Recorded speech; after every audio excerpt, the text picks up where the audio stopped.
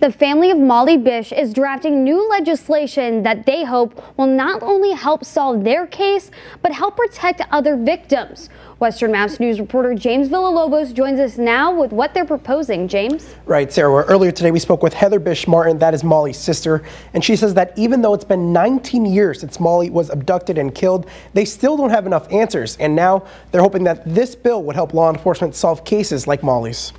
We want to get that perpetrator off the street as soon as possible so that other people aren't at risk or getting hurt or getting taken. It's been close to 19 years, and the Bish family is still working to find out what happened to Molly the day she was abducted from her lifeguard post at Cummins Pond in Warren back in June 2000. That's why they are working with the state legislature to draft a bill that would allow investigators to take advantage of familial DNA testing.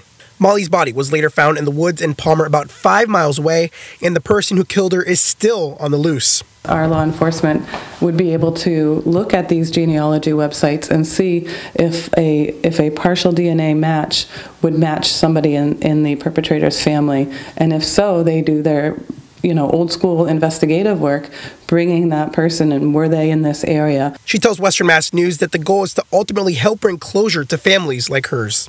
So sometimes these people are under the radar. They aren't caught in their crimes. Many times they've committed multiple crimes, and so really for me it's an important tool for protection. And my family and I have always talked about sort of overreacting and over giving all the tools that we can possibly give to people to be able to help them. The bill as it stands outlines the vocabulary and procedure on how exactly law enforcement would use the DNA and how it would be kept confidential until a case was made or a person is charged. I know there's concerns about people's rights and what happens with the DNA, but I think it's more important to protect victims and more important that we have perpetrators off the street so we're safer here.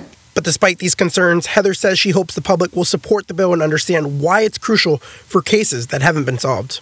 And I know that someday I will meet this person that did this to my sister, and I will be able to ask for justice. And I think that I hope that all families will be able to keep that hope. Now, that bill is still being drafted, but Heather says that she continues to work with Senator Ann Goby and Representative Todd Smola and will soon be working with other families in their same position to create advocacy efforts for the bill. James Villalobos, Western Mass News.